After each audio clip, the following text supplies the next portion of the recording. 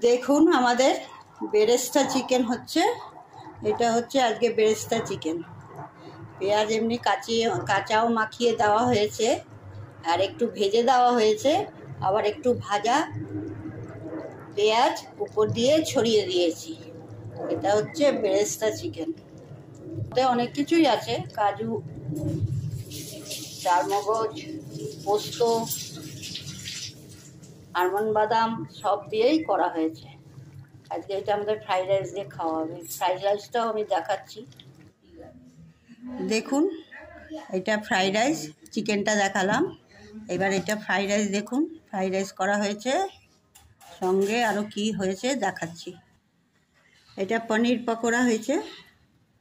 পনিরকে বেসন দিয়ে আর কর্নফ্লাওয়ার দিয়ে পকোড়া বানানো হয়েছে। তার সাথে একটু পেঁয়াজেরও পকোড়া করে নিয়েছে।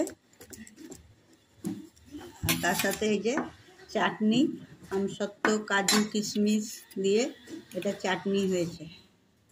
এটা আজকে আমাদের মেনু, এটা দুপুরের মেনু আজকে আমাদের। আমরা দুপুরে আজকে এইগুলোই খাবো।